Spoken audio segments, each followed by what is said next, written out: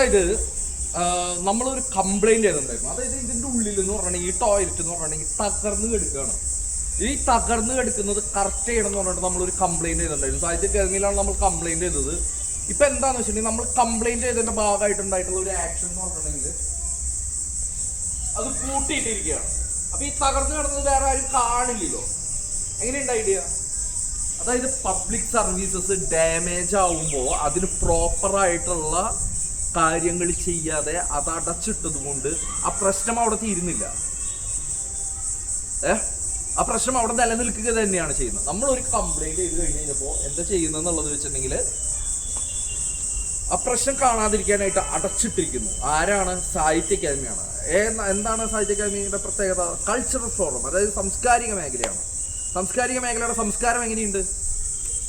മൂടി വെച്ചുകൊണ്ടുള്ള സംസ്കാരം. അടിപൊളി അല്ലേ? ബൈ.